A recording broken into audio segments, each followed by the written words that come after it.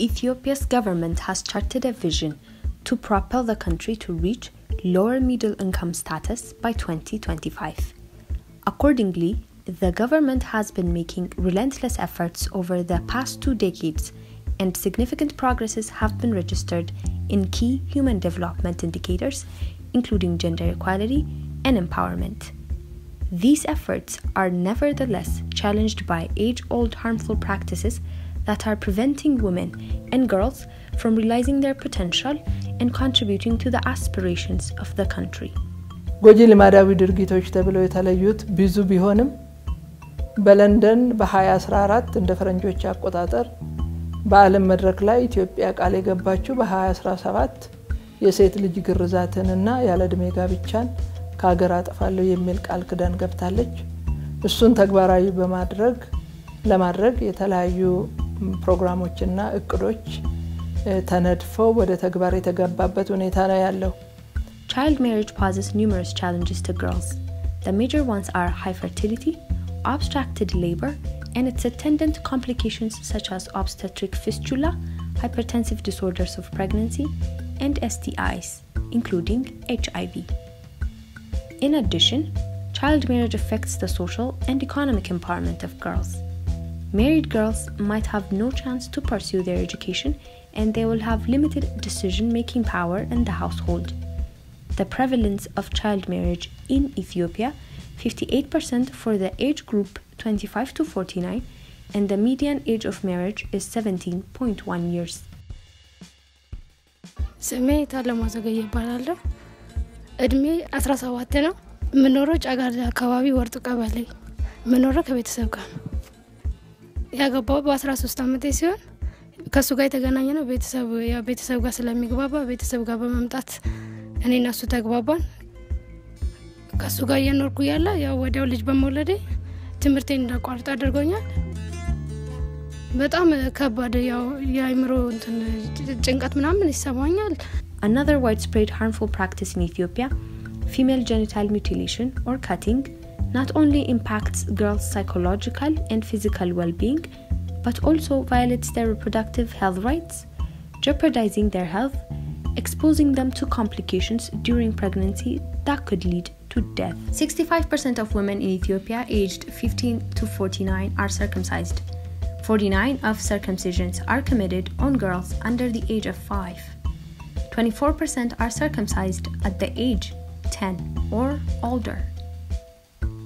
The main drives of child marriage and female genital mutilation in Ethiopia are gender inequality, social norms associated with roles of women, religious misconceptions, economic deprivation, and the low level of community awareness on the harms of the practices have been sanctioning the widespread practice of child marriage and female genital mutilation or cutting in Ethiopia. This has resulted in the perpetuation of the subordinate status of women in society. The government of Ethiopia is committed to eliminating the practices of female genital mutilation and child marriage, putting in place policy, legal, and institutional frameworks. Both practices have been criminalized in the country's criminal code. As a result, there has been significant reduction in the practices of child marriage and female genital mutilation over the last 15 to 20 years, thanks to the relentless efforts of multiple partners and grassroots structures, including women development groups, women associations, CSOs, faith-based organizations, and community elders. Coordination mechanisms have also been put in place at federal, regional, and local levels like the National Alliance to End Child Marriage and Female Genital Mutilation, anti-HTP committees, and anti-female genital mutilation coalitions. National anti-child marriage programs such as the Brhana Hiwan, Light for Eve, and Finota Hiwet, Path of Life, implemented at regional level in the Amara region, have not only yielded promising results, but the good practices observed in them also served as a basis in developing the global program on ending child marriage and female genital mutilation. Community ownership and mobilization have been harnessed in tackling these practices. Significant decline is shown in the practice of marriage before 15 years among younger age cohort, which is 29% for women aged 45 to 49, 14% for age group 20 to 24, and 6% for women aged 15 up to 19 respectively.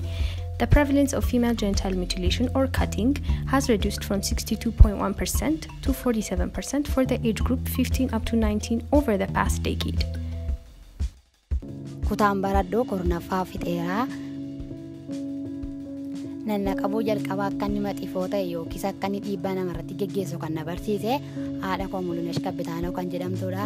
Itti dabalatammoo kan nagee mana barumsaa tokkooti kaasee amma qorratti tamaaruudhaan kan na barsiisanii barsiisota gaariin qaba waan ta'eef amma immoo bareera namni qabaanii miidhaan namarratti geggeessu isa jalqabaa yeroo harmoonni keenya dee'an bara durii jechaadha. Yeroo harmoonni keenya dee'an miidhatanii opereeshinii ta'uudhaan kan dee'an amma garuu yoo nan qabanne ijoolleen durbaa keenya akka kanatti miidhatanii dee'uu hin danda'u jechuudha. Maxifoo ta'uu isaanis beekee ijoolleen gaafa godhadhus nanna qabuurra nan eegaa jechaadha. The global momentum to end female genital mutilation or cutting and child marriage has propelled Ethiopia to work towards elimination of HTPs. The enabling environment made possible by the strong political and legal policy reforms coupled with massive community mobilization has created an optimal atmosphere for addressing HTPs. Despite the promising efforts made to end child marriage and female genital mutilation, the deep-rootedness of the practices and the patriarchal nature of the society pose formidable challenges.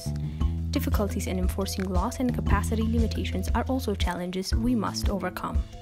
Ethiopia has set an ambitious target of eliminating both practices of child marriage and female genital mutilation or cutting by 2025 ahead of the SDG goals set for 2030.